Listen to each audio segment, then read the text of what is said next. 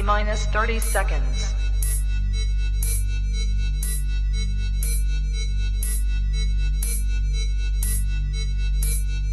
T minus 20 seconds.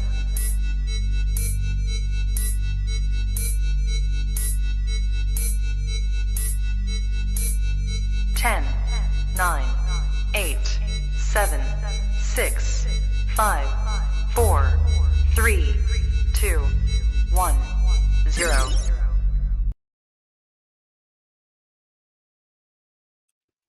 And there we go. Good morning, everyone. How you doing? I've just been sitting here reading the papers, watching a bit of news and everything else and that. Same as you do in the morning. Have your cup of coffee, whatever else. A few things I want to get talking about. So I've got my guest here with me. Mia, how are we doing? Yeah, I'm good. I'm good, thanks. Went out, walked the dog this morning, got my cleaning done. Do you know what I'm saying? Yeah, Getting it all I must admit, cleaning, I haven't gone that far yet. I'm just sitting there having my coffee, smoking my fag. I'm going to have to talk about Spurs. Right. Yeah, let's do it. Weekend. What do you judge of it? What do you make of it? How we done?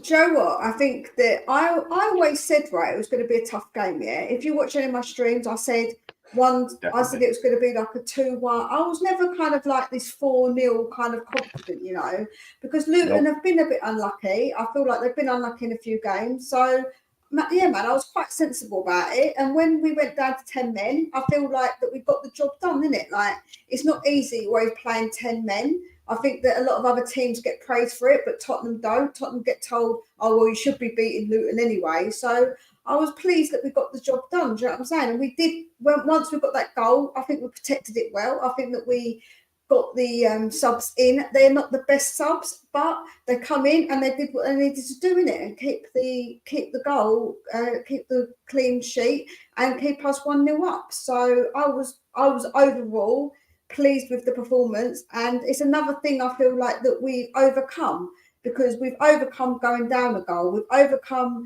going up against 9 men, which is hard, especially as Liverpool, all the men behind the ball, and they're a good team. You know what?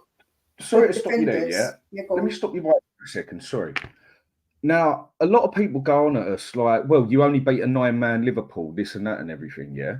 Okay, I get that, yeah? Only 9 people. But for me, that's bloody harder than beating 11 at times. Yeah, it is. I mean, you look at when you've got 9 people literally sitting in front of the goal like a brick wall. Yeah, that's right. And you've got a team like Spurs, which at the end of the day, we haven't really got creative players that can do anything except Maddison. Yeah. And for me, he's not on full form because I think he's had a knock or two and that. Yeah. That's not an easy job, is it? No, not at all. But because it's Spurs, we get labelled. Yeah. Oh, it was only 9 men Liverpool. I know. That's how I see that one. And I think that was quite an achievement, really, because that's not an easy thing to do. I mean, Liverpool got a pretty solid defence and they got some solid like midfielders who can have it out good. And I don't think we got no respect we deserve for that whatsoever. No, I don't think we did. I think that a lot of people are saying, oh, you only won by a deflected goal. But when Arsenal were doing it, when Arsenal got a penalty and deflected goal, everyone's like, oh, Arsenal, you know, they were 2-2 with Tottenham. Hold on a minute, they didn't get a goal from open play. They got a deflected goal, which wasn't on target, and then a penalty. So when Tottenham do it, it kind of like they kind of like play it down, when I think it was a really big. I think it was an achievement. I think it's a big. Like, massive. I think it's a big hump to go over. So it's just like when we get these humps, we're going over them, and we're facing that challenge, which I'm pleased about, man. I'm pleased that the team are doing that and they're overcoming these things, because they're not easy things to overcome. No, they're definitely not. And like I said, I'm sorry I interrupted you and everything with what you were saying, but I think that's a big point. I thought us doing Liverpool was a massive thing. Because, I mean, Liverpool ain't easy to do whether they got 11 men or bloody 5 men, as far as I'm concerned. Liverpool are just hard work, and you know it, yeah? But, again, the fact they went down to 9 men made it harder. Now, if someone else would have done that, like if Arsenal would have done that and snatched it at the last minute, the way we did and everything, or whatever else, everyone would have been like, well done. But because it's Spurs, we get it. Do you know what, though? I like that. A lot of people don't. I do. Why? Because at the moment, the way I'm seeing it. I mean, we'll go back to Luton in a minute, yeah? But the way I see it, we ain't got no pressure on us at the moment. No one's expecting Spurs to do anything. Yeah, that's true. All right, I reckon a couple of teams have put an eye on us now, like, oh, Spurs being a bit cheeky, ain't they? But we got no pressure on us to do anything. I mean, if we ended up finishing 7th or 8th again, I don't think anybody would say we've underachieved us. Anyone would just look, new manager, basically, new players, new this, new that. What do you expect? I mean, look at the bloody mess of Chelsea at the moment, even though they're starting to build up a little bit over the past. Yeah. No one was really expecting anything off Chelsea either. And so we haven't got the pressure, yeah? Now, the question I've got with that is, why is there so many Spurs fans out here? So, like I said at the start of this, what I put on the show thing, I think a few of us need to calm down. Me not being one of them, I very much doubt you are, and I know there's a couple of others that aren't, but I know there's a few that need to slow down, yeah? All this talk of a title race and everything, yes, we're 8th, yes, we're top. If you would have said to me at the start of the season, first 8 games, we got 20 points in at the top, I'd have laughed in your face. Totally honest. Hold my hands up, shoot. Yeah. What about you? Yeah, I thought that we'd have I think that I was quite reasonable. I thought that we'd do pretty well, but I knew there was going to be bumps. So my reasonable expectation of the whole season was 6th, 7th. So obviously we're way overachieving what I thought we would be by now. So I do think we're overachieving what I thought personally, because I knew there'd be bump in the road, and I'm expecting bumps in the road as well. I'm not going to say that I'm not. I'm not being negative, but when we do have those bumps in the road, I feel like I'm going to be like, listen, we brush ourselves off and we get back up again. I'm not going to be negative about it. I'm just going to say I expected it. You know what I'm saying? All right. Just want to say morning, RGA Jones. Thanks for the love, mate. Much appreciated. And also, we got a Mark Cousins watching us. Thanks a lot, mate. It's much appreciated. So, are the fans putting pressure on the team now, yeah? By going on about, we're on a title race now. We're having it out. We're going on a title race. We're going to take it all the way. We're going to do this. We're going to do that. Do you think we're putting too much pressure on our own players now?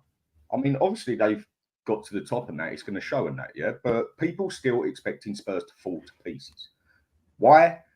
Whether people like me are not saying it, we always do. 9.9 times out of 10. You don't get the nickname Spursy for no reason. Why do we get it? Because one way or another, we seem to make life hard for ourselves. And Spurs, we got a habit of it, haven't we? Yeah. Yeah. So why are the supporters, and I would say a majority of supporters, yeah, making life hard for them, for their own team? Because we're all preaching about we're at the top, we're above Arsenal, we're above this, we've done Liverpool, we've done Man U. We're going to do it. We're going to go all the way. So why are people making it? I think we're making it hard for our own players and putting extra pressure on them. What about you? I do think that the players do kind of realise where we're at, because I did a video this morning. James Maddison did a short little video because he's doing a charity golf tournament, and he said winning the league. He said that's not even something I'm thinking of. So I don't think the players actually think like that. I think actually it's from us. Some fans saying it, because I don't think the players think like that. He said we're winning. Winning's fantastic. We are going to have those bumps in the road, but long may it continue the winning. So I think that the players are probably experienced and they understand that where we're at. So I don't think they've got that pressure. I think that fans that are saying that we're top of the league and we're going to win it, I think, yeah, we're top of the league. That is a fact. But I don't think we're anywhere near winning it, because our 11's good, but our bench isn't, our squad isn't. So that's where our downfall is. So I'm going to be saying that we're reasonable. I think that, again, I would still say 6th, 7th for me. It hasn't changed. Nothing's changed for me, and I will put that pressure. But some people are just getting a little bit hyped, don't they, about it? And I get it. People want to be happy. A little bit hyped. I think some people are getting a bit carried away. Right, quick one. Just want to say good morning to Ant. I'm not even going to try and pronounce the second name because I'm used to pronounce. Yeah, either way. But thanks for joining us. I'm terrible at pronouncing. Lewis K, nice one, mate. Big up to you too. And Jacob, appreciated that you're watching us. Nice one, mate. What is that? We are on our way of winning the league in 2023. Yeah, either way. But the pressure that we can put on it by the Spurs fans getting hyped up, it then starts getting the newspapers talking. And then when the newspapers start talking, everyone starts talking. That puts pressure on the players because then the players know that they're being watched even more, is the way I see it. Because obviously they're trained to do this, whatever else. But again, we know some players fold under pressure worse than others, yeah? But again, we keep preaching it, then the press are going to start preaching it sooner rather than later, whatever, and that just puts pressure on the players. All of a sudden, they're expected to do this. I think the reason we've walked through a couple of things, well, walked is a bit of an overstatement, but the reason we've trotted along through it basically is because there's been absolutely no pressure on them, absolutely none, because no one's expecting nothing. I personally think, and again, I get called a negative one, this and that. I could not care less, yeah? I've been a Spurs supporter for first 37 years. Can anyone blame me for being negative and looking over my shoulder every 5 minutes waiting for something to go wrong? Obviously, I hope it don't. But in a way, you've just got that, as a Spurs supporter, you've always got that thing on your shoulder where you're looking over it for just something to go tits up. So I suppose I'm just waiting for it, even though I don't want it to happen. But we've been very lucky as well. I mean, there's been games where, like against Man U, we should have been 2 or 3-0 down in the first half, without a doubt. Liverpool, very lucky that goal was disallowed because that could have totally changed the thing. I mean, I've said it enough times in here. Them 2 red cards on there were 2 red cards. Liverpool, just shut up and deal with it. You're not victims. You ain't going to get another game, whatever. And Luton, I honestly don't think we did not play well against Luton. But like what you said, yeah, we managed to scrape our way through it. Same as Sheffield. I don't even think we've done great against Sheffield. But to scrape through it in the final minutes, that's something we're not known for. We're not known for being able to do that. So there's definitely some sort of progress there, isn't there? Yeah, it shows that never give up mentality that Ange is bringing, right? When you look at the first game of the season, we had a goal, a deflected goal, unfortunately by Romero. I know it was Van de Ven, that one, and then a penalty again. So I think some of the ones Arsenal, I think we could have beat them. I think that was again a little bit unlucky. So we've had games where we've been a bit unlucky and lucky. So I think it evens itself out, and I do think that overall we've got what we deserved in those results. I feel like that those results are what we deserved in the end because we don't give up. We keep going and going, which, like you say, we haven't been known for.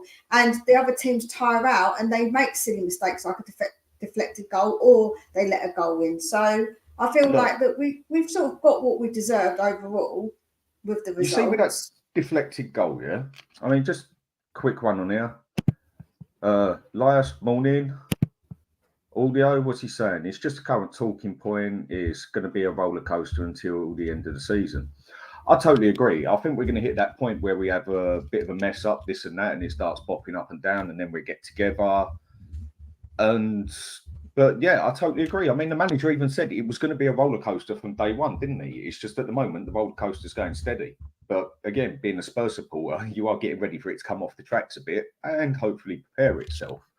Yeah. And what's Elias got to say here? Dan, you're not negative. You just have to be.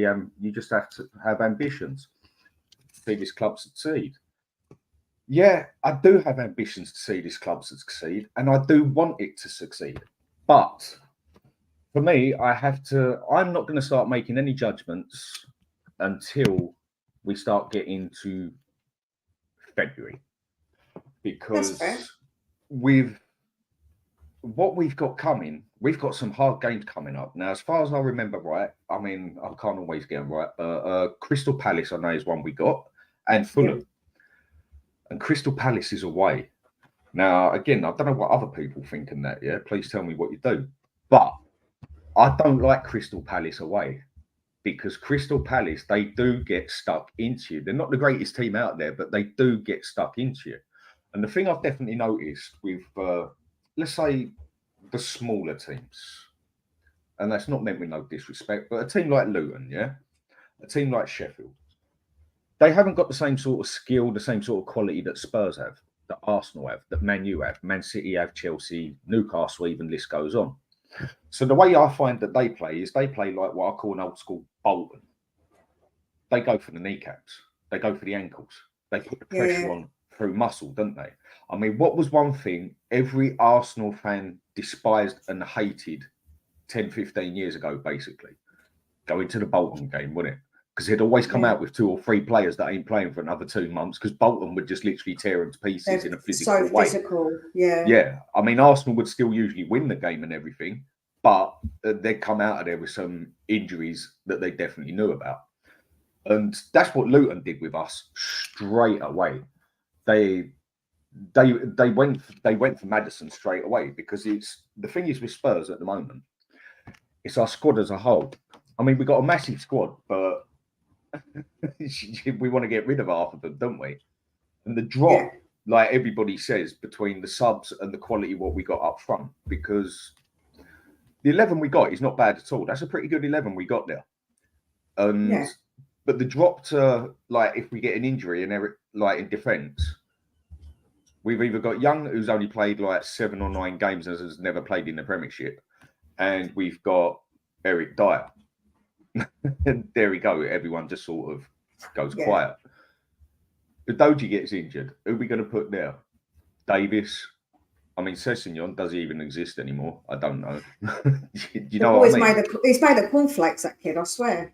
Oh, mate, it's an understatement. I think it's either his kneecaps or his ankles or Weetabix or something. I totally agree with you. He's just, he's not made to be an athlete, is he?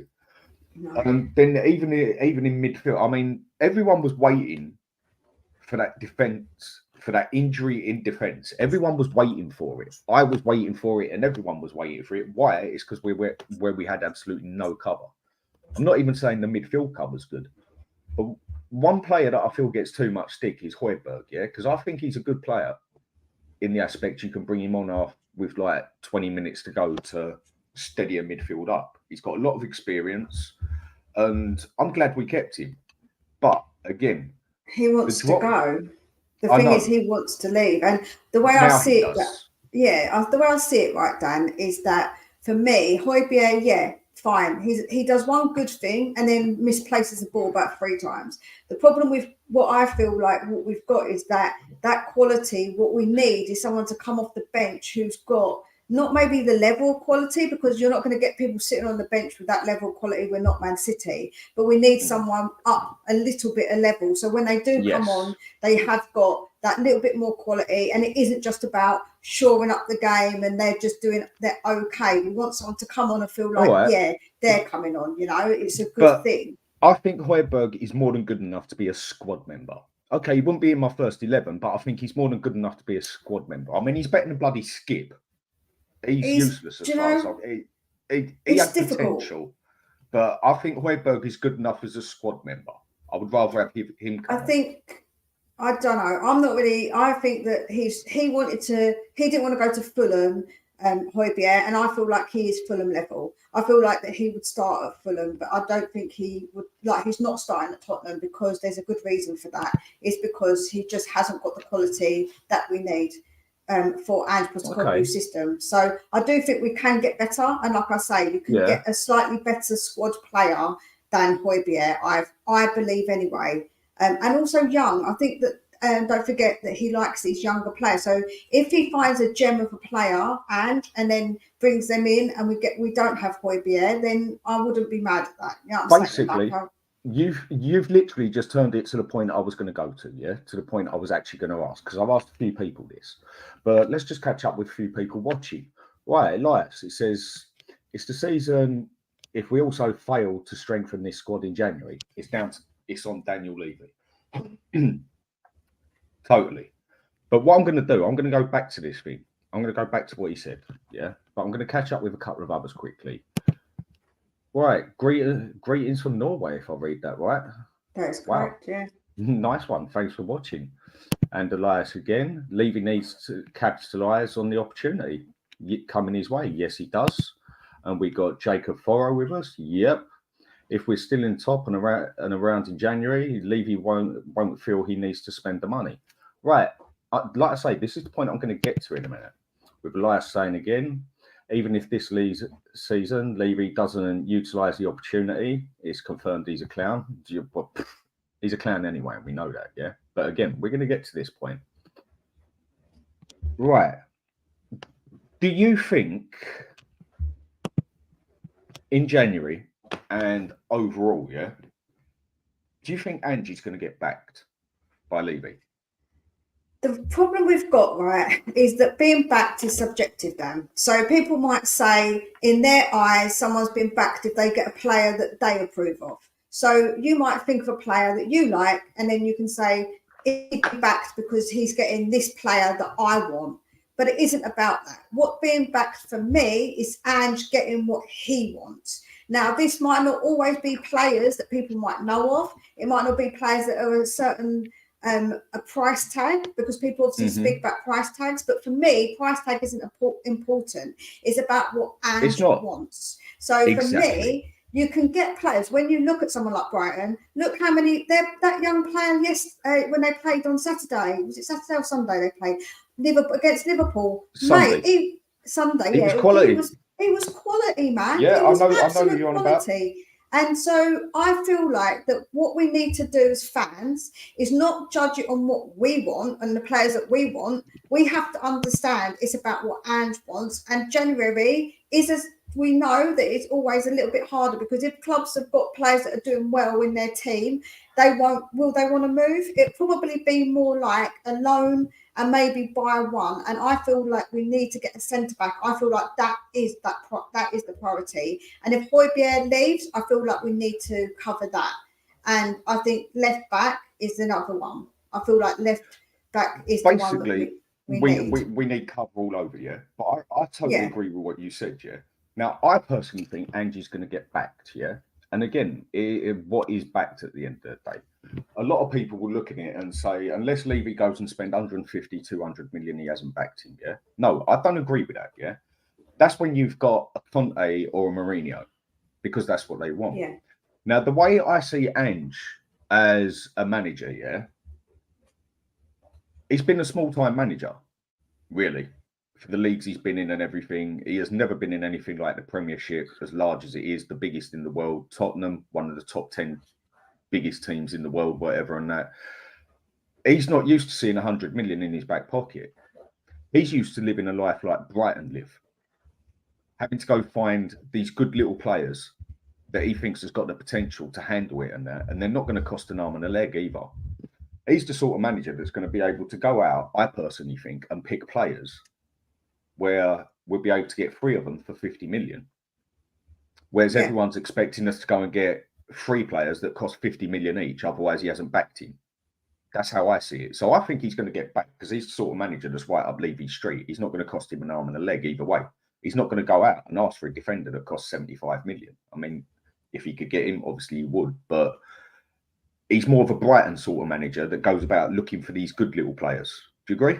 Yeah, no, I agree. I completely agree. And don't forget, the level that he can get now is at Tottenham is a little bit of a level above what he could have got at Celtic. So we are going to maybe get that slightly bit better one, but he will look out for these players. Now, for instance, he took Cameron Carter-Vickers from us and he played him straight away, and look how good he came. So he has got an eye for players. The players that he brought in at Celtic all ended up being very good players. So I think that he's got that ability to do that, and I think that he will bring those kind of players in. Yeah. And like I say, for me, it's not about money; it's about bringing in what he wants. And money doesn't equate quality. Every time we bought big players for big money, it hasn't worked out. When we buy the players for lesser money, that's when it's worked out. Gareth Bale, Dele Alli. We've got so many in our past where we've bought these players and it's worked. And Ange loves that. So this is right up Ange's street, and it's right up Levy's street. And this is why I think it's going to work, Dan, because I think that he's got the perfect manager for what he wants. And I think that although I know people are going to doubt it, and obviously I get it, I completely understand, but I've just got this feeling that this is going to end up being good because it works. It works on both sides, doesn't it? Because if he goes and gives him 75 million, Angie's going to be sitting there like, wow, I don't usually see that amount of money. I'm going to make that money work. Now, I've noticed a lot of Spurs fans getting moody about it and everything. We're no Brighton, whatever else. Well, I'll tell you one thing. We ain't no Man City, and we ain't no Chelsea, and we ain't no Arsenal. No. Like it or lump it, deal with it. Yeah, that's right. But then saying that, Dan, it hasn't. Hang on a sec. It hasn't worked trying to be one of these massive ones by getting the massive manager in, has it? So I'm just going to say hello to a couple of people quick. Yeah, Got cool. Jeff just turned up on here. Slow down. Yeah. The idea of what I'm saying is slow down Spurs supporters by going on. We're in a title race because there's a lot of them. There's a lot of them going on about it. And then we've got Jeff again. So first of all, big ups. A big up to you. Elias, being backed is not subjective. It's giving the managers and the players what they want. Exactly. That's basically what we're just saying. Yeah, but the reason it's subjective, Dan, is not everybody sees being backed like that. That's why it's subjective. That is what we're basically saying, isn't it? Yeah, but what I'm trying to say to you is not everybody sees it like that. So therefore, it is subjective. That is the whole point of the word subjective, because people don't always see it in that way. Exactly. Hence some are going to say he hasn't. I said it earlier. Some are going to say he hasn't been backed unless he's given 200 million or something, aren't they? Whereas, like we've agreed, he's more of a Brighton sort of manager that can get 75 million and fish out 3 or 4 players, sort of thing. And do you know what? I prefer that because I just don't think any player that we spend over 50, 60 million on seems to work. I mean, and Ndombele, what was that? What is it? Exactly. Richarlison, I mean, for me, Richarlison, I mean, I'll go to that one in a minute as well. Right, so we've got a question here off Jeff. How many players do you think we need to win the league this season? Mate, I'll answer that one for you. We need a lot because we just have not got any depth and cover anywhere. The only place we had some depth and cover is up front, and now most of them are injured. So we need another striker. We need another winger. We need about another 2 midfielders with the same quality, or just maybe a little drop instead of the massive drop sort of thing. We need at least another 2 defenders to cover what's there and make them work for it. We need another right back because Royale isn't good enough, but I wouldn't say right back is more a priority that we need on left back, because left back we definitely need it. So, right, backing the manager is about players and how it works with the manager. Exactly. That's what we're basically saying. Yeah, but also don't forget they've got to want to come to the club. You can say, listen, I can say I want to marry Chris Hemsworth, but it doesn't mean that Chris Hemsworth want to marry me. Do you know what I'm saying? So it's also about understanding that that sometimes you want a player, but it doesn't always work out like that. So that's obviously part of it too. Yeah, totally. I mean, just jump in a sec. The fella here says, well, Dan, with all due respect, the idea that Ange's a small-time manager doesn't mean whatever. Yes, it does to me. I mean, maybe not to you, but it does to me. Because he is a smaller manager as such and hasn't been in the big clubs yet. Now, don't get me wrong, this fella's got the potential to go all the way. I'm not saying he's a small manager as such, but he has only been at smaller clubs. All right, people can go and tell me that Celtic is known around the world and Celtic is a massive club, this and that. Yes, they are. Money-wise, no, they're not. End of. Yeah, that's what I was. Yeah, no, that's what I was saying, though, wasn't I? I was saying that when you think about the levels of money that he's going to have, the levels of money he's going to have here compared to Celtic is up 1 level. Like, he's not going to a Man City where he's going up 5 steps. He's going up a step from Celtic to us. You know, they're still a big team, but financially they're not on the same level. So nowhere near the same level. And the leagues are nowhere near the same level either, are they? I mean, at the end of the day, the Scottish League is nothing compared to the Premiership. On a sentimental value, it might be to people, but if we're being realistic, no, it's not. So, at the moment, Ange's a world-class scout in his own right. Exactly my point. Yeah. That is what I'm getting at, and that is what I feel you're getting at. He is more of what you would expect to see at Brighton, that goes and finds these good little small players running. I say small players, these good little players running about that are only 10, 12 million because they haven't made their name yet. But he spots the potential in them to become a 50, 60 million player. Exactly. Basically, he's hit the nail on the head as far as I'm concerned there. And I think he's got his eye on a few players to come in January. Whether he gets backed at the end of the day or not, we shall see. But I think he will, because I don't think he's going to cost an arm and a leg for everything he wants to buy. So on the slow down bit, I definitely think, again, that the Spurs supporters need to slow down a bit on how we're going to go for the title and everything else and that. Let's just wait until February, once the transfer window's over, and where we go from there. At the moment, as all I can say is so far, so good. Yeah. Would you agree? Yeah, I think so far so good. He was happy when he come out, when he's done any kind of interview, when they spoke about the transfers, he said he was happy with the transfers that he got. So for me, he's saying that he's happy, and that's the main point, right? If he started coming out and saying he's unhappy, that's not what you want to hear your manager say. But so far, that's what he said. He said he's happy. So I think we have to take that as in Angie's okay with all the transfer that he so far has got. Right, Jim, just go love Spurs. Morning, mate. Big up, Dan, Jim. Ange has been big up, fella. Dan has been a manager.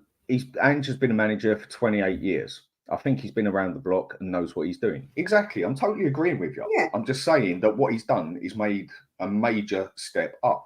And again, going back to the point that where he has been about a while, he knows there's a lot of little smaller players out there that he can fish about and get for the money that he's given and make something of, like he did at Celtic. That's exactly the point. I think I think that's exactly the point that we're both trying to make here. Now, the thing I want to go to from here is another thing that I seem to have a debate with a lot of people about, and I find a lot of people are obviously everyone's got their own opinion, yeah.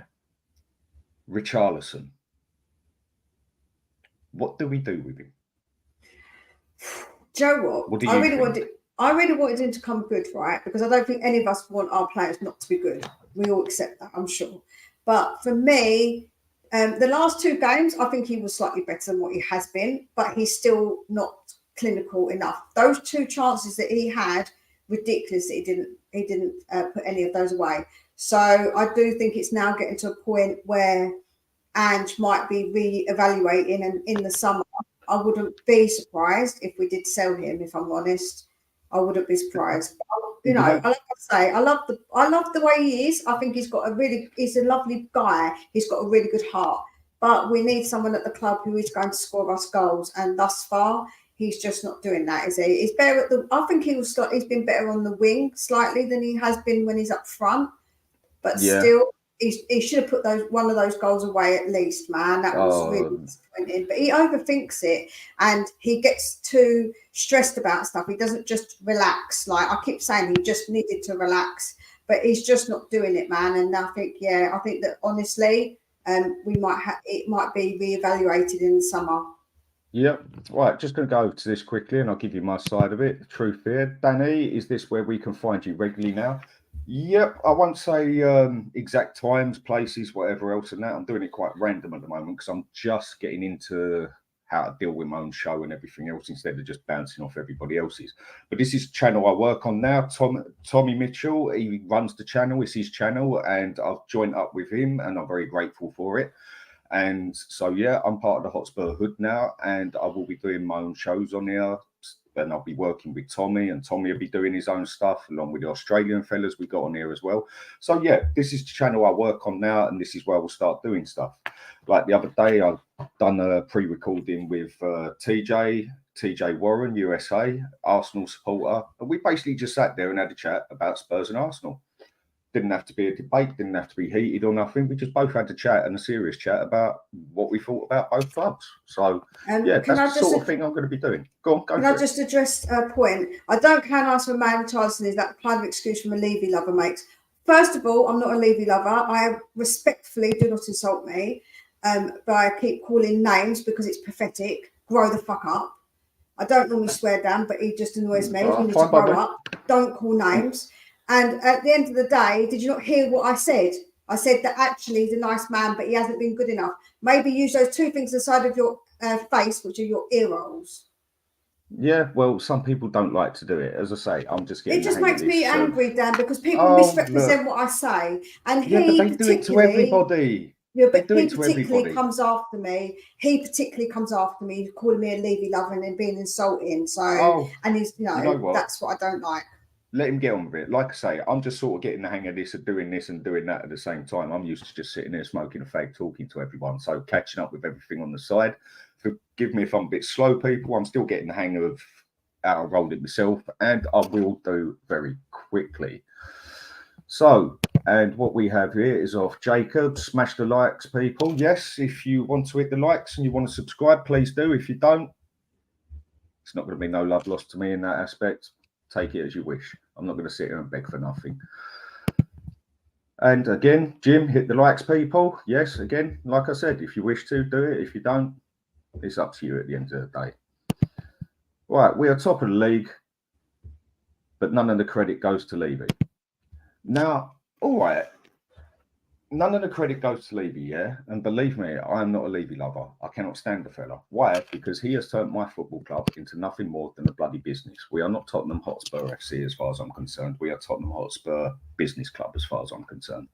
But I think pretty much every club is like that, except they have a balance in it. They've got their football side, their business side, whereas Tottenham seems to be 95% business and 5% football. I know it's probably by pure chance and that, yeah, but we haven't really got anything to dig at Levy at the moment, apart from when we go to the big things of what's happened in the past and what might happen in the future. I mean, is anybody actually complaining that Levy went and got Ange? Because it's him who done it. It's him who done it. Like it or lump it. I think one thing people need to do more of in life is give credit where it's due. And for me, that works in football in a big way, because there's a lot of people who will turn around and say, yeah, but he plays at Spurs, so he's crap. Or yeah, he plays at Arsenal, so I despise the player. Well, no. I think some of the best players on this planet have played at Arsenal. I think some of them have played at Chelsea. I think some of them have played at Man U. So people do like to not give somebody a chance or credit where it's due at the end of the day. And whether we all like Levy or not, like I keep saying, I can't stand him. You don't like him. I reckon a lot of people who watch it don't like him, but there is people who like him and that. You've got to give him credit where it's due. He gave Ange what he wanted, because Ange did make it clear at Celtic that he wanted Van der Ven. And yes, all right, he done it the Levy way, left it to the last minute. It should have been done 3 weeks earlier and everything. We all know that. We all know how the Pratt works and everything and that. But he got it done. Johnson, again, it's not one I would have gone for, because I would have wanted to cover in defence. But it was another one that was, from what I read, because we can only go by what we read, really. We don't know the facts of what goes on behind the book, basically, do we? Johnson was meant to be another player he wanted. So at the moment, what would you say?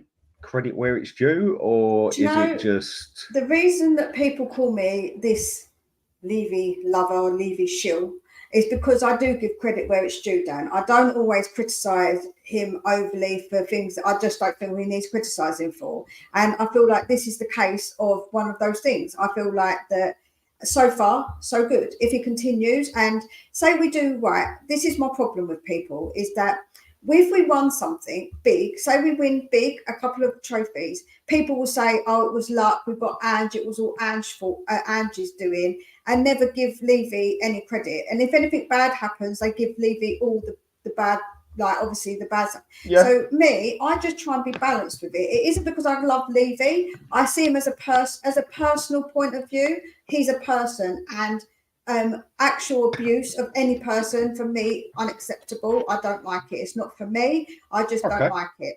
But the fact, but I see, as an owner of my club, I see it differently. And yes, he needs to do a lot better. And I think if he does do better, I will give him credit for it, right? I won't obviously... Credit where it's due, isn't it? Yeah, I won't always like be negative for negative sakes. You know what I'm saying? So that's the thing. I won't be negative for negative sake and just say it's all Daniel Levy done this, that. No, I feel like that at the end of the day, if he does end up doing well, and you have to say, well, Levy's backed him, he's given Ange what he wants, and we're doing well, right? So I always try and be balanced, and that's where people misunderstand and misjudge what I am trying to say and misquote me as somebody who loves Daniel Levy, which is really not the case, because I want to win as much as the next fan. I don't believe you are. Don't we all? Yeah, and that's right. He had the perfect chance to take us to that. He had that chance to take us to the top, and he screwed it good and proper, same as he always seems to do. But at the moment, I keep using that same saying that I'm using with how we're doing and how it's going at the moment with him and the manager, whatever else, and that. So far, so good. We'll see how the future goes. But at the moment, I don't That's think no one right. can complain about everything. Right, what Lai says on here, Richarlison is awful. Mate, I'll give you my opinion on him now. I think he is terrible, yeah? I've even made up my own description of him. I mean, some say it sounds stupid, some say it sounds funny. Either way, this is my description of Richarlison, the way he plays. Half the time, he doesn't seem he's got his head screwed on. So I'll tell you what, before he goes on the pitch, let's unscrew his head and let him run around the pitch. Then he really would look like a headless chicken. Because he does. Yeah. When he plays, I mean, how he plays for his country and everything and that, I don't know. I just think he is awful. I really do. Striker, definitely never in a million years. Maybe you might get a goal out of him or two. I mean, with someone like Maddison sitting behind him, he's going to set up a goal for anybody. But them messes he made against Luton, the only reason it's not getting talked about as much is because the miss that the Luton player done with us was even worse. But Richarlison, against Luton, we should have been 2-0 up in about 10 minutes. Yeah. We had Joe, what the amount of chances that we had within 15 minutes was just ridiculous. Shocking. We had six chances, wasn't it? Yeah, Richie blazed one over the top. Sonny did one at the keeper. VD got one over. We had what else? I just put a few of them down that I wrote down because I write notes sometimes, so I remember. Yeah, but yeah, I mean, I'm going to have to start doing that because my memory is shocking. Like, mine's terrible. Like I blame my age, man, and the kids. I just blame other things. It's always easier in that aspect. What's Jacob got to say here? No manager will say he's unhappy with transfers, especially new to the league in the biggest job of his life. He gets on with it, and yeah, so far so good. Yeah, no, he's not going to complain with it, but it's when you get managers like Conte and Mourinho, they will step out and complain about it. Why? Because they're two of the biggest, greatest managers there's ever been, whether you like them or not. They are. They've done it all, yeah? But I think a manager can make it quite clear in his own way that he wasn't interested in a player. Yeah. And I mean, the one that's... Go on. Look at the fact that he's put in Maddison, he has played Johnson, and he has played Van de Ven. So if he wasn't interested, he doesn't have to play those players. The thing against Luton that he did that I weren't too keen on, yeah. Now, again, this is no disrespect to any of the smaller teams or whatever, but again, as far as I'm concerned, it is what it is. I personally think he should have made 2 or 3 changes in that first 11 he put on there, yeah. Why? Because it was the perfect time to do it. What he did in the cup game against Fulham, to me, that was just crazy. 9 changes. Yeah, I was just like, and that's what gave me a bit of skepticism about him. Like, mate, what are you actually doing? Maybe it was to prove a point. Maybe he thought it could work. I don't know. But that's done and dusted, yeah? Personally, one of our biggest problems I find at Spurs at the moment is we only have 2 people in that entire 30-odd people at the bloody squad at Tottenham that can cross a ball properly. One of them is out. He's gone. Perisic. Now, in my choice of an 11, it'd probably be second on the pitch for me after Basuma. Okay, then Maddison. I'd have Perisic up on the left. Like I was telling everybody at the start when I first started doing this, no, he's not a bad player. He's a quality player. You're just playing him in the wrong position at a wing back. Yes, it worked at Inter for him because he was in bloody Italy and it is a lot slower. Yeah. Whenever you see him play for Croatia and he plays up in that top left, he's a very good player. And he can cross that ball. And as a wing back, he got, 10, 11 assists? Yeah. But people didn't seem to notice that. But then as soon as we started bringing him on with 20 minutes to go and that and starts crossing the ball in, people sit there, oh, hang on a minute. He ain't too bad up there, is he? I told everybody this a long time ago. I'm sure there was others who see it. Is that Perisic looks like he'll be leaving. He wants to leave. He's done anyway. He's done anyway. He's out for the season. And this could be a career ender. The only other player we've got who can actually cross that ball that I notice is our right back, Porro. Yeah, Porro's a wicked man. He does them on the money, man. He's got a wicked cross. He surprised me with his defending as well, because I personally thought there is no chance he can make it as a defender. But overall, he's impressed me. Yes, made mistakes just like the rest of them, but for me, he's made leaps and bounds as a defender-wise. He really has. Yeah. But I think the way I would have gone with that team is, okay, stick with Richarlison in the middle if we must. I would have rather give the Argentina young fella, I can't pronounce his name, so I won't even. Alejo Velez. Yeah, a go up front, but okay, stick with Richarlison there. I would have given Brian Gill a go on the left, yeah? I know people say he's small, this and that, whatever else, he'll get knocked all over the place, but he's a winger. Since when does a winger need to be built like a brick shithouse? Do you know what? I don't think they need to be built. Hang on a sec. I think his style, and Angie, that's fine. And I think his style would suit Ange down to a T, or Angie's style would suit him down to a T. All right, he's fresh back and whatever and that, but I would have said give him a go for 60 minutes. This one, a lot of people might disagree with, but we don't have no other option. So I'd have stuck Royal on the right. Again, it's Luton we're playing. You can't disrespect no team, and that is why the Premiership is so great, because the minute you go complacent is the minute you get banged. Doesn't matter who you are. But I would have stuck him on the right back. I'd have stuck Porro up on the wing. I'd give him a go up there. Get someone in there who can cross that bloody ball. And there's a chance I wouldn't have even played Maddison, because obviously I've said Richarlison up front, not Son, because I think he's got a knock, and I think Maddison's got a little knock on him. I would have moved Kulusevski into the middle. Now, this is one thing I've been telling people for a while and that, and I do notice people only seem to watch the Premiership. Okay, each their own. I follow Serie A lot. Inter's my second team. So other players I've seen play a lot before they came over here was Bentancur and Kulusevski. Now, as soon as Juventus went and bought Chiesa, excellent winger. When they started playing Kulusevski, they started putting him in the middle, behind the striker.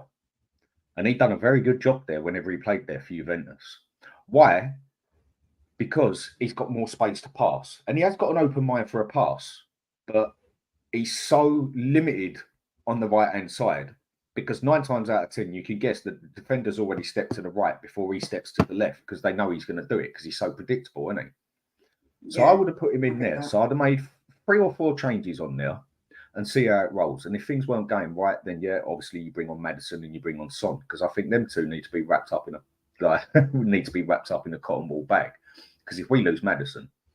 Yeah, but the problem we've got, Dan, is that it's all well and good saying we're wrapping them up, but they're all going off to international duty. Klinsmann's come out this morning and said that he's not going to rest Sonny. So if we rest Sonny, what's the point of us resting Sonny when he ain't going to rest Sonny? It's just, I totally get you, but I totally get you, but I would have thought it was the perfect game to make a couple of little changes and try a couple of things out, because there is going to be a stage where Maddison gets injured or Son gets injured or whatever, and we are going to have to. We're going to have to fill that space with something, aren't we? So I do get that. Why not give it a little try, so maybe he can read it a bit better for when it comes to it? Obviously, he gets to see what happens in training and everything and that, but what happens in training is totally different to what happens on the pitch, isn't it? So I personally just think it would have been the perfect chance to just give it a little change, give it a little go, because I want to see Brian Gill on that pitch. I really, really do. What do you reckon? Yeah, Joe, with Hill, I don't think you have to be big build, but when you look at someone like Papa Matasar, he's slim, but he's strong. And I feel like that's where Brian Hill needs to build a bit more strength. It's not necessarily making him bulky, but you can be lean and strong. And I think that takes a lot of work to become lean and strong. You have to do certain type of exercises and eat a certain thing to sort of build up that muscle and not be too bulky. You can be, like I say, you can be strong and not bulk out. Because people always assume that because you're strong, you're going to have to be like muscle man, but that's not how you do it. You can do it in different ways to make sure that doesn't happen. So I do think he needs that little bit more strength, not necessarily bulk, in him. I do. I just think that in a game that's physical like Luton, they would have been all over him. They would have knocked him silly. Yeah. Do you know what I'm saying? I get what you're saying. I mean, because it's like what you said. And anyway, sorry, changing it here for a second. I had a moment. He's obviously saying about Richarlison here. Play him on the left, maybe. Well, that's where he seemed to do it at Everton and that. I just don't think the player's got the quality to even.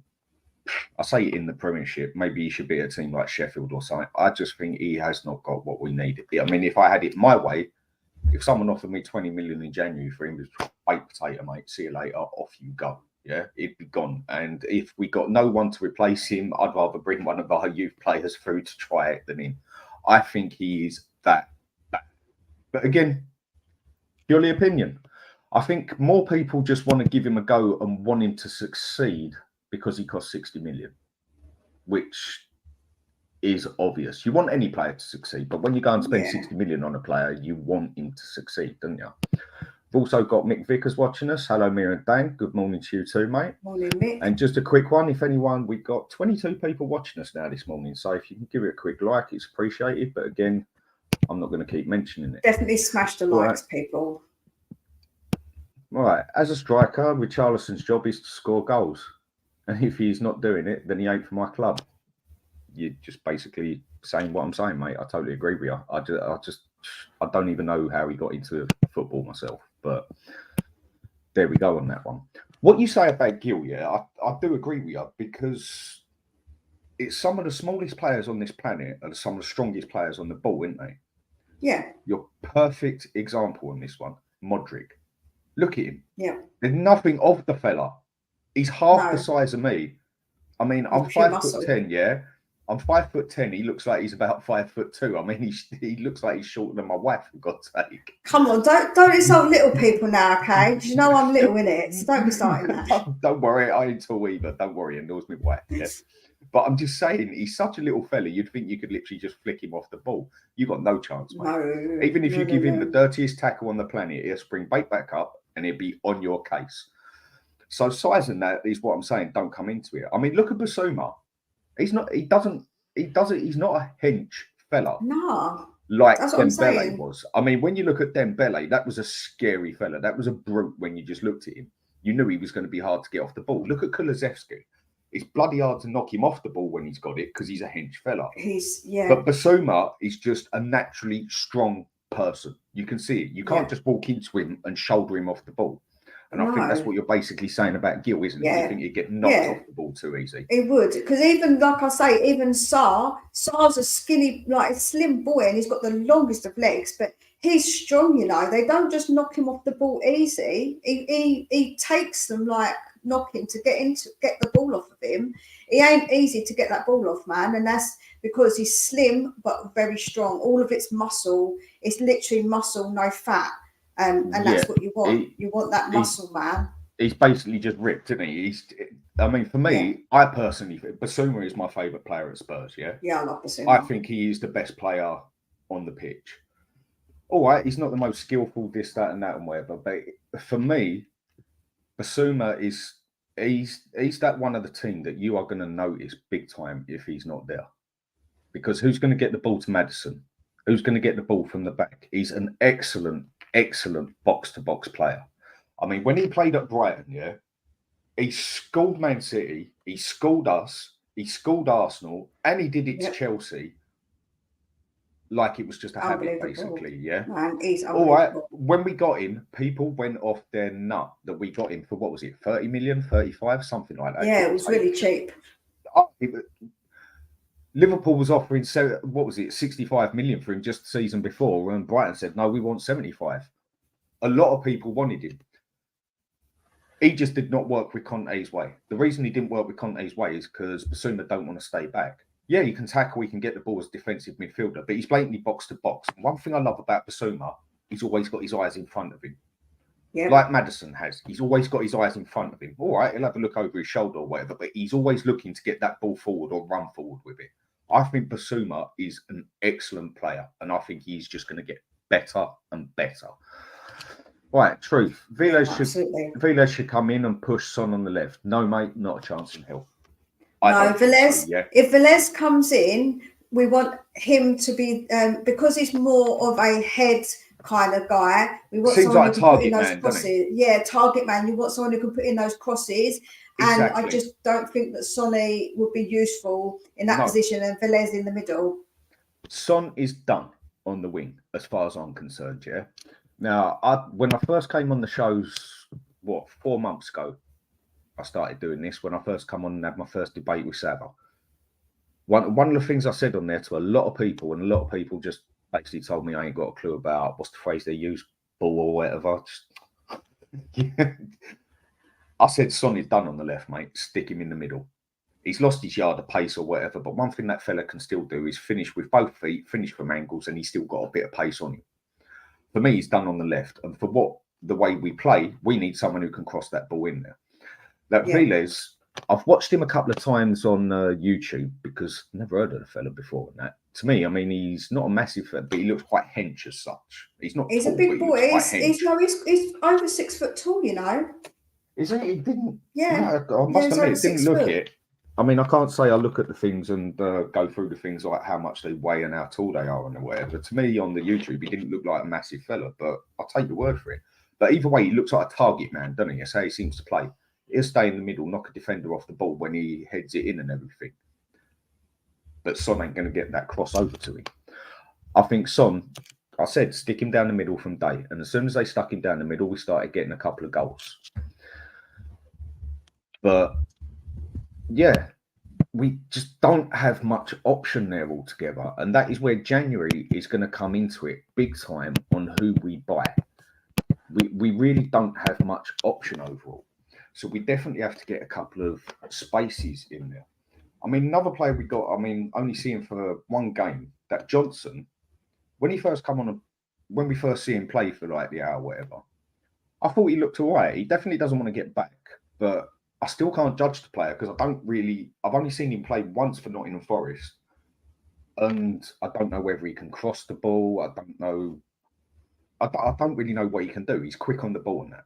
And maybe he's someone you could fill the place as a striker with and that. I'm just not sure about him. I don't know nothing about the player really. I think because of the system, I don't know much about him myself. I watch him a little bit on for Forest, but not obviously every game like Forest fans. But the thing that what fans I think of Forest have been saying is that because of the way that they played at Forest, it was very different how we're going to play him. But when it comes to people, when we need a player that's quick and nippy, I think that he is perfect because he is very good. He's very quick and he does have an eye for goal. So I think that I think he will be useful when it comes to it. So on the wings, don't forget, Postecoglou said he likes to play the same system, but with different types of players with different skill sets, right? And then he offers something different to anybody else because of his speed. So I think personally he'll be good. I think he will come good. And I think that once we see him a bit more, we'll see what he has to offer. Yeah, I totally agree with you. But just knowing how unlucky he got injured in his first game, didn't he? I know. Like Jacob says here, Levick and Enik are a joke. 8 games is nothing. Bella, totally agree with you, 100%. But the phrase I've used for it, and Mia's totally agreed with me, is so far, so good. So good. Absolutely. It's going to take him generations to get out what he's done. But I can only go on what... Go on. Yeah, all I'll say is that we all get hurt in like relationships. Yes, this isn't like it's like an analogy. It will get hurt in relationships, right? But at some point we have to move on from those relationships and we have to somehow try and see that we can see for the future. We've been hurt and we're going to hold on to that hurt for a long while, right? But once you're in a new relationship, you're seeing how things go. And that's all we're doing right now. We're just seeing how things go. We understand that hurt's still there. We know that hurt is still available and still can happen to us because they can still do something to hurt us. However, we want to see how things go. And if the relationship's going well, so far so good, right? Yeah, I get you. But on the other side of it as well, it's like that poor man or woman that's got a partner that keeps going behind their back and swears they'll never do it again, but you can't help but look over your shoulder everywhere they go and that because they've done it so many times. That's what I'm saying. That it takes a while. So it's going to take a long time for him to ever even get the slightest respect off of me. But respect and credit are 2 total different things, yeah? As far as I'm concerned...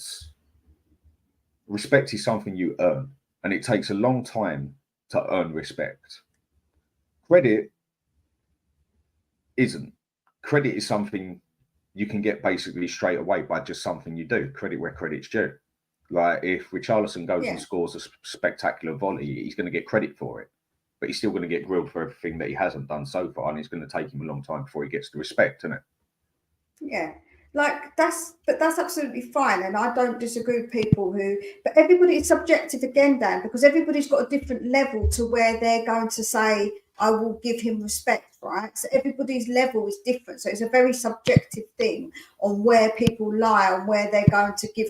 They're going to have that respect for him, or to sort of say, "Okay, we've moved on and things are going better."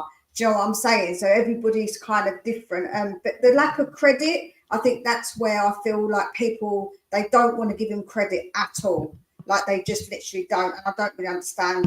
Like I feel you need to be fair in these situations and give credit where credit's due. Yeah, you do. I mean, he says here, my goodness, Ange hasn't been backed. Ange has just made use of existing players he's had. James I mean, Maddison, forgive me if you can hear the clicking Vicario, on. Yeah, forgive me if you can hear Van me der keep Ben. clicking this and that. Like I say, I'm still getting the hang of it and everything. But yeah, at least this is one thing that done my head in with Conte. Yeah, he's this world-class, spectacular manager, and he's got everything to show for it. Yeah, and he had his set style of play, and that is how he wanted it to be played. But for me, a world-class manager then sits there and says, I haven't got the players to play the way I want to play. So I'm going to have to adjust my way to work with what I've got. And what he had did not work with the way he wanted it. So for me, someone like Pep would have gone, all right, it's not going to work my way here. I'm going to have to adjust it to their way a bit and then bring in what I need so I can bring it back to my way. And that is why Conte really got on my nerves. So the fella's saying like he's working with what he's got. Well, yeah, then fair play to him. He's working with what he's got. That's his job. He's a manager. But I definitely think that Ange picked a couple of those players that he wanted. He did, because we already know he spoke to he spoke to Alejo Velis's family. Remember, I think he said he spoke to him. He spoke to Maddison. I think he spoke to Vicario. I think that they're players that he wanted. They're not players that he did not want. So all this, he hasn't been backed. The fact he's come out and said so is just, it's a nonsensical falsity. Look, he says here, tell me how many signings Levy made in the summer after I just Ange mentioned joined us. You just Vicario, said it. Madison, VDV. Now, you see Alejo. Vicario, there's another one, yeah? Vicario, another one, yeah? Now, I think a lot of people wanted that goalkeeper to fail, yeah? And he's another one. I've seen him play in Italy, yeah? Very good goalkeeper, a lot of potential. You don't have Man U, Inter Milan, AC Milan, Bayern Munich, Chelsea, Spurs, all looking at a player because he's a mediocre player. Now, okay, apart from Spurs, there was only one other team that wanted him as their first choice, and that was Inter Milan. Why? Because they knew Onana was going Man U. They basically had the money and all that ready to pay for him and everything, and Spurs literally snapped it from underneath Inter Milan's feet. It was like everybody almost wanted him to fail, just so they could turn around and dig at Levy and say, there you go, mate, you screwed it again going for the cheap boy. Exactly. Now, I don't think he was our first choice. I do think Rayo was our first choice. And again, Levy being the tight fella he is and that, just weren't going to pay for it and whatever. And yeah, okay. But I don't think we went through just because he was the cheaper one. I think he was our second choice keeper as well to go for. It was like people wanted the goalkeeper to fail just to dig at Levy. Yeah, they did.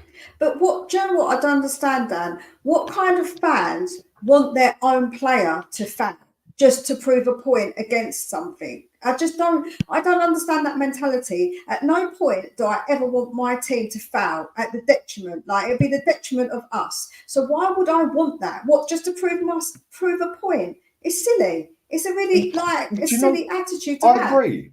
I agree, yeah. Again, I mean, we're almost sounding like we like Levy. We don't. But like both of us have said, credit where credit is due, whatever else.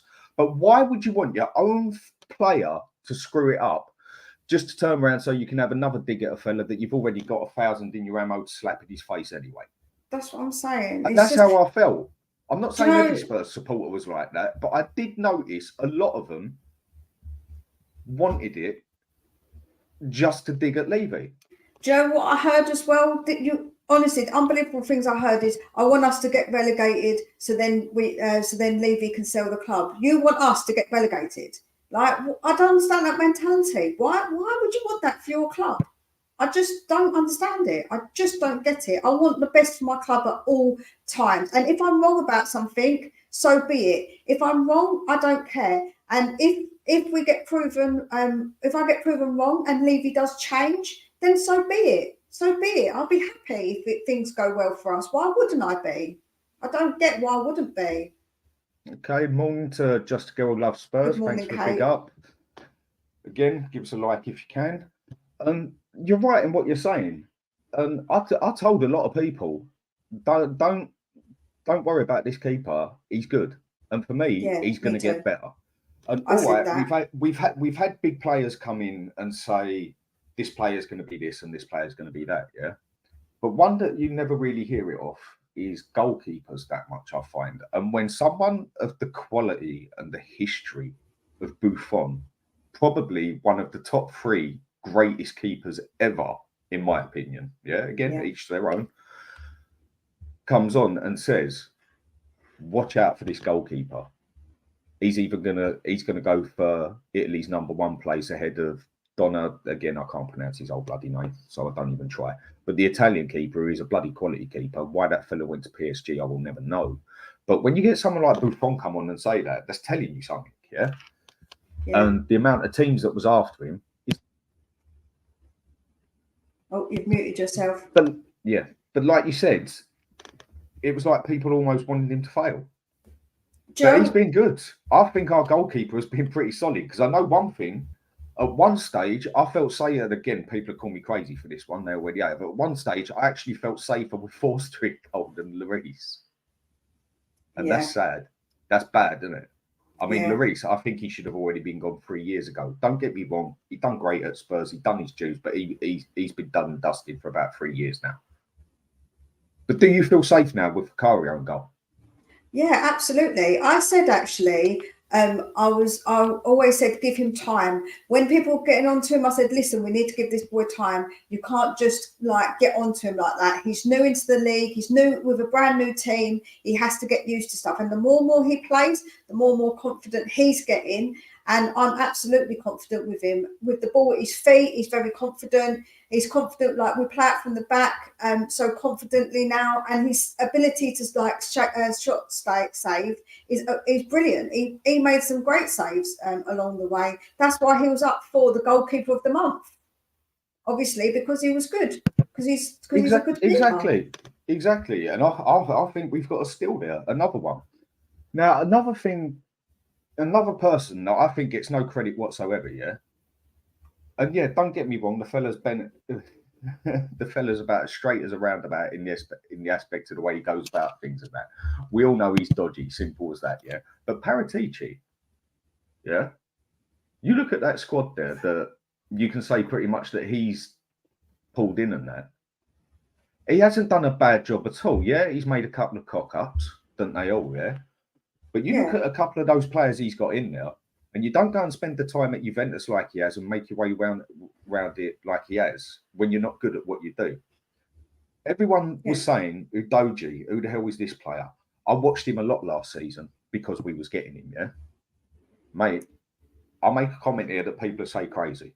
I'm not very good in my words. Sometimes I exaggerate a word too much or whatever, a situation with just the words I use. But for me, you watch, Udogie, by the end of the season, is going to be one of the best in the Premier League. The mistake I made is I said the best. He's going to be one of the best left-backs in the Premier League by the end of the season, and he's just going to get better and better and better. We are going to be lucky if we can hold on to that man for 2 or 3 seasons, because he is going to be that good. Yeah, I think I agree, because you can see how good he is already, and he's still a baby. He's still a baby, man. He's still a young fella, isn't he? Yeah, he can develop into something brilliant. I completely agree with you. He's going to be one of the best. He has got. It's not just that he's got potential. He's already got it. He's already got. Yeah. He's already got it to fit in pretty much a majority of the teams in there anyway. Yeah, and he can get forward. He can get back. He's got pace. He can tackle. He can pass the ball. He's also skillful on the ball. Yeah, he's skillful on the ball as well. You know, I saw him. I was looking when I was watching the game, and he was like putting his foot on the ball, flicking it behind, and then getting it again, like round, so he can get round his man. Like, my God, man, he's just brilliant on the ball as well. He's just got everything. He's just got everything, that boy. He has. He is good. And then you look at someone else like Sarr. Yeah, I love Paps. Papa Again, superstar, as I call him. Again, he pulled him in, and you heard it off a few voices in the Premiership and whatever, like how the hell did Spurs just get this player? But us just being a majority, just being Spurs supporters, I think the problem is with a majority of us, and I can be one of them as well. You probably can. I mean, I think we all are to an extent. Is that we've seen things drag on for so long and won nothing for so long. We now want things to happen yesterday, but it's not going to work like that. It's not going to happen like that. We're going to have to wait, whether we like it or not. It's going to have to build itself, basically. Yeah. But you can't blame us for wanting something to happen yesterday. Now, the one that I relate Sarr to, obviously, total different types of player, but the fine. Everyone looked at Arsenal and totally laughed at them when they went and got Saliba and then stuck him out on loan for 2 years straight. Now look at that player. For me, again, by the end of the season, I'm going to class Saliba as a world-class player. I don't class many as world-class, yeah? It's a phrase that's used too easy for me, yeah? World-class. But for me, by the end of the season, Saliba, as far as I'm concerned, will be what you can call a world-class defender. He is that good. And why is he that good? Arsenal saw it. They snatched him up and they let him go on loan and let him play for 2 seasons to get his head together. Smart move. No one's laughing at them now, are they? No, absolutely not. You know, and you can thank Peritici for that. I mean, getting Maddison in as well. How we managed to snatch him in 30 million. Now, I know he's not officially working on it, but we all know he's still working on it over the phone. He's just not the one doing the official bit with it like he does. But we all know he's still there. We all know he's still doing his bit. I mean, how no one else ever bought Maddison, I will not know. Again, the first time I ever went on Sabba's show, I had a debate with a few people on there and that. And Sabbath totally agreed with me on this one when I said, do you know what? Forget about the defenders we need. Just forget about them. Go for Maddison. He's on the market. He's on sale. Go for him. Because sometimes you get an offer there in the shop and you're never going to get that offer again. So you've got to snatch that offer up and then get what you need later, innit? Yeah. I think Maddison has just been absolute quality since we got him. He is, absolutely. I mean, he has been so underrated because he plays at Leicester. But he's not doing anything really different to what he did at Leicester. But he got no credit for it. I think he's upped his game a little bit, actually, from Leicester, you know. I feel like he's upped his game. And I feel like that he's somewhat unified people as well. I feel like he's sort of unified the team because he's come in and he's got like such a good vibe about him as well. And he just loves to play. You can see he enjoys playing football. And that's what you want. He does it with a smile on his face. He's got little tricks about him. He's got the little things that he does. You know, he tiptoes his way through players. And then he's got a cheeky side to him as well. You can see like he's dead cheeky, some of the stuff that he does. So, you know, honestly, I think he's been brilliant. And I was someone who wasn't sure about his attitude. I will hold my hands up and say I was wrong. You know what? I was so wrong. With him, no, you're not necessarily wrong, yeah? Because the thing is with that sort of person, he is right on that line of being cheeky and stuck up himself, yeah? He is right on that borderline. But I'm not saying that's a bad thing. It's just some people can't handle that. Some people will look on it as cheeky. Some other people say he's like, he loves himself off. When you're good at something, you're good at something and you know it. There's nothing wrong with having respect for yourself and expecting respect off others for doing what you do. But for me, he's right on that borderline. If he takes it a step further, he will be a very disliked person because he'll love himself off too much. But he's right at that level where he's cheeky enough. You want that in your pitch, don't you? You want that in your team. He's got life to him. I think that's the word. Yeah, I think a lot of the squads we've had over the past 3-4 years, it's been a very dry lunch bunch of players, it seems. I mean, obviously we don't know what they get up to after whatever else in that. But you want someone on that pitch. You want someone who's got the bottle to try it. But I find a lot of players that are that good to do it, they all seem to have a cheeky or a bit of a stuck-up attitude. Why? Yeah.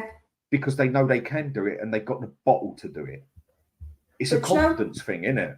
Yeah, do you know what else though? It isn't just Madison that's come in and brought those vibes, because I know that Basuma was here before, but because now he's been played, you can see the real Basuma coming out, and he's got that really good vibe about him. He's another one. Everybody loves Basuma. He's got like a little bit of a swagger about him. Then you've got Sarr, who's cheeky and young, who gets on with everybody. He's like obviously really well loved in the group. And so I think that this group of players, like you say, are just not dry players. They've got a bit of personality about them, and you can see that on the pitch and off the pitch, which we haven't really seen for a while. Even Romero's come out of his shell a bit, because now he's playing with players that he enjoys playing with, and he's got a manager that he enjoys. It's just like everybody's attitude sort of changed, and just brought this such a good vibe to us. That's what I feel like. I mean, obviously, the way the manager is reflects on a lot of the players, doesn't it? I mean, when you've got a manager like Conte, who's just, I mean, how can I describe him? He's like that mother that asks you to do the washing up, so you do the washing up. Then she tells you to put all the clothes in the washing machine, and you do that. And then she gives you a smack round the ear roll because you've left the sock on the floor or something. I don't know how to describe him. He's been a quality manager in his time, but he's something that for some players, yeah, it can do a bit of good in the short run, but for a long run, he's not a long run good manager, was he?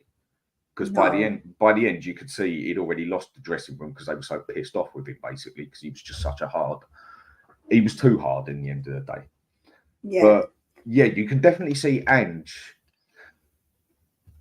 I mean, what we're saying about Madison, I think you can almost look at Ange in that way as well, yeah? But a total different thing, yeah?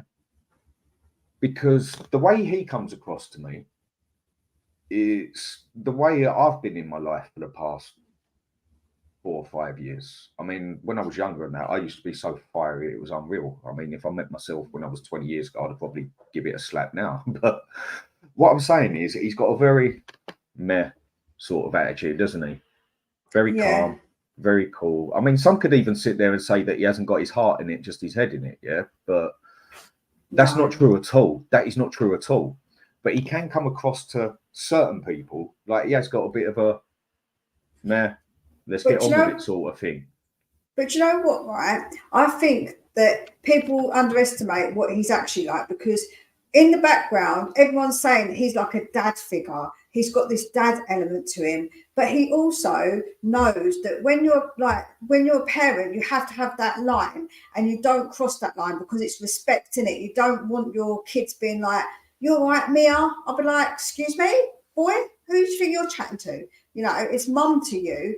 And it comes across like that, where he's got that line. He knows that they know they must have crossed that line, but they still see him as that dad figure, and they love him. And I think that behind the scenes makes them all relaxed. And therefore, he's just relaxed, hands in the pocket. He's just a relaxed guy. He's got that. It's very Australian. That's a very Australian thing. Is that very relaxed, nothing bothers him. I'm all right, mate. You know what I'm saying? That's the kind of attitude he has. And I think that's a cultural thing, because being from Australia, if you meet any Australians, they're all pretty much the same like that. It does seem like a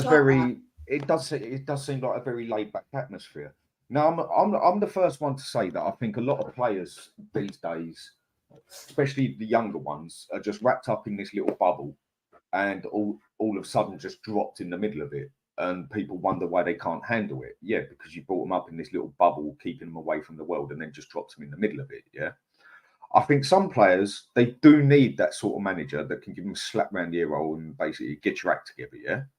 But you can only do that so many times. You don't need your players scared of you, but you do need them to be wary of consequences if they're not playing properly, like with Pep. They're not scared of their manager, but they're wary of their manager. They respect their manager because they know if they don't do it on the pitch, it doesn't matter whether you cost 100 million, 200 million, or 10 million. You're gone. You're off.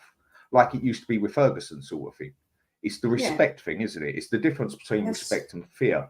And Conte was one of them ones who it weren't respect because they respected him. It was just respect because they just couldn't be bothered with getting it in the ear roll off of him. That's the way I saw it with him.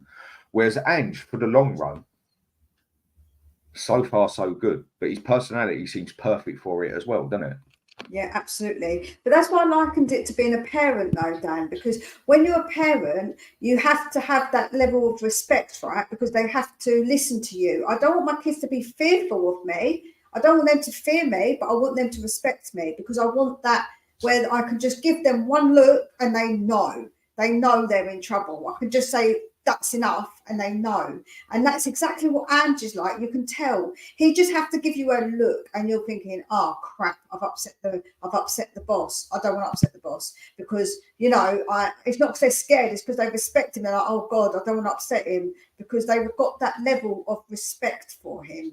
That is just like exactly the balance that you want. Is that when a parent tells you they're not angry, they're disappointed. That's the kind of thing Ange would do. See, like with Basuma, behind the scenes, he'd probably say to him, listen, lad, I'm disappointed in you that you've got that second yellow and you've got that red card. And that's going to hurt Basuma a lot. Just like when he told him off for being late for training, Basuma never did it again. Do you know what I'm saying? Yeah. It's that respect because he respects him. He feels like, damn, I've disappointed my boss. I don't want to do that because he loves that. Exactly. Ange. You've got to have that respect, but that sort of fear sort of thing, that if it doesn't work, and I think that's definitely a problem that he's half fixed at Spurs, but he's got a long way to go because of the lack of options at the moment. But for me, Son shouldn't have been played half the time last season because he didn't live up to standards at all. Now, all right, people have said at the end of the season he had an injury, this, that, whatever else. Well, none of us knew that. For me, he wasn't playing good enough, so he should have just been taken off. And they should have dropped him on the bench for 3 games. And it seems to me like he's got the front to do that. He seems like he will drop a player if needs be. But at the moment, it's a bit hard to do it because he hasn't got nothing to fall back on, has he? So this is where we go back to what we said at the start for how things go in January, basically. Because we're going to have to get at least 3 buys in January. Yeah, I don't know if we will get 3. I think we might get a loan, maybe, or 2. Because I think that loans are more, because in January, I think that it is, like I say, if their players are doing well in their team, are we going to be able to really get them? Do you know what I'm saying? So I think it's going to be maybe slightly harder. But yeah, I do think we need to get some players in 100%. I think that we will. I do think we will. I don't think we'll leave Ange with no players in January. I really think we will get them. I mean, the time that's scaring me the most here, and again, I'll apologise to people if you can keep hearing me clicking on my. I need to buy a mouse, basically, because I'm just using my laptop. So you will hear a bit of clicking in the background. Like I say, I'm still getting the hang of actually running a show myself. But the time that's really scaring me is January. I mean, what is it? 6, 7 games? Not January, sorry, December. 6 or 7 games? That is where you're going to. Is it 7? I know it's 6 or 7, one or the other. Well, 7. I'll take your word for it, Mia. I think so. 7 games in 1 month. You're going to see this team get stretched. Unbelievable. I mean, if we get any more injuries to what we've got anyway, we've got absolutely no decent cover anyway. I think over December is where you are really going to see this Spurs team get stretched, and whether we can even handle finishing the top 4. And then it's definitely going to come down to what we do in January. I mean, what do you reckon with December? Yeah, December, I'm just looking now. I'm not looking forward to it. I'm not looking forward to it. So this is our run. It's Man City away, West Ham at home, Newcastle away.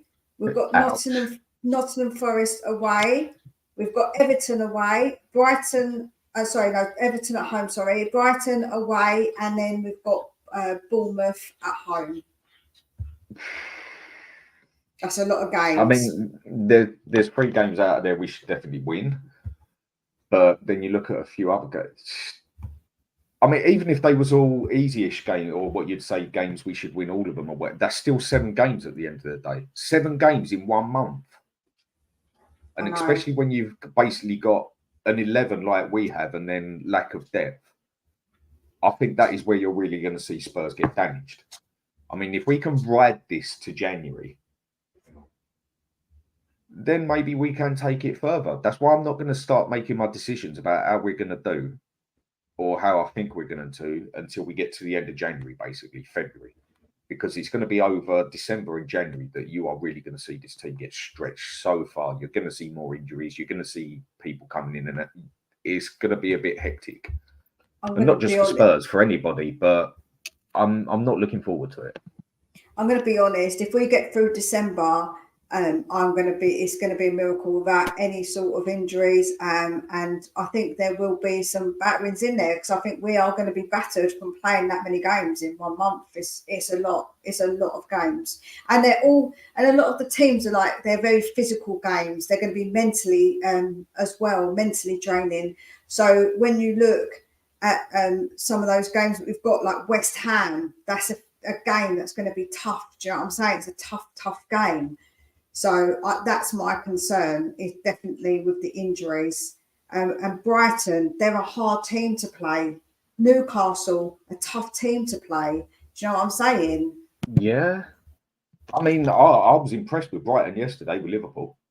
Yeah, they did well. I mean, when Liverpool went 2-1 up, to me, it looked like Liverpool was just going to take total control of the game. And Brighton managed to ride back in there nicely. I mean, how long they can live their life the way they're doing it and everything, with getting in the young players, selling them, getting in the smaller players, cheaper players, and selling them whatever, we shall see. Because sooner or later, it's not going to work forever. But either way, really in the Premiership, there's no easy games. I mean, Luton proved that yesterday.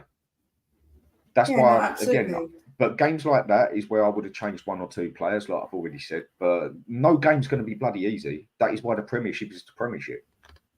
Yeah, that's right. Like I say, December is where you are really going to see it. So this is my whole point on what I said at the very start, going back to it basically. I think a few supporters need to slow down. Don't get too excited, because when you get too excited about something, that's when you end up getting hurt. And why put more pressure on it than needs be? That was my whole point of starting this, because I just think I've seen too many be too excited too quickly. But we are top and it's 8 games gone. Nothing wrong with being happy about it, and let's see how we can do. But why add the more pressure to it? But either way. So, right, I'm going to wrap it up, Mia. And do you know what? Been excellent talking to you. I really enjoyed it. Thanks for coming on. Wicked. Thanks for having me on. No, and I'll do this on a regular basis with you if you want. No problem. You know what you're talking about and that. I mean, you can pronounce the names that I can't and that, so that helps a lot. I try my best. I'm not always the greatest at pronunciations, but with I'm terrible. I actually practiced it, and I had some Spanish-speaking people tell me I said it perfect. I was really proud of myself for that one. I was like, yes, it's got that one spot on. Exactly. I mean, half the names I don't try and pronounce them and that, because it probably sounds insulting if I try and do it. But everybody, thanks for watching us this morning. It's much appreciated. I will start trying to do this more in the mornings and whatever, and there's going to be a lot more random stuff come up on the Hotspur Hood from Tommy, from me, from the Australian fellas that do it on here. And I'm going to start getting trying getting a few other supporters in here of other clubs. Like I sat here and had a chat with TJ, an Arsenal supporter. I want to start having a chat with a few supporters from other clubs. Like, I'm going to try and get in contact with someone from Man City, someone who supports Chelsea, someone who supports whoever. I want to start speaking to a few others on their opinion on what they think of Tottenham. I don't know. Some people might want to watch it. Some people might not. But it's something I want to do personally. Yeah, I think it's good to get other people's opinion from an outside point of view. And if you do it, I can debate, I can talk about clubs without having an agenda as well. And people go, you're just having an agenda. And I'm like, no, actually, this is my genuine feeling. When you're good, you're good. Like we said earlier, isn't it? It's like, when you're good at the end of the day. I mean, 2 of the greatest players in the Premiership ever, in my eyes, are Patrick Vieira and Thierry Henry. They're at Arsenal. Oh, God, yeah. Absolutely. You can't deny. If anyone goes and tells me they're not good in that, I just tell them, you haven't got a clue, mate. You just have not got a Scooby-Doo. But either way, I'm going to wrap this up. Thanks everyone for watching us. Thanks Mia for coming on. It's appreciated. No Give us a like and subscribe. It would be appreciated. Again, if you don't, your choice. Either way, people, good morning. Well, good afternoon, and have a good day. See you later. See you later.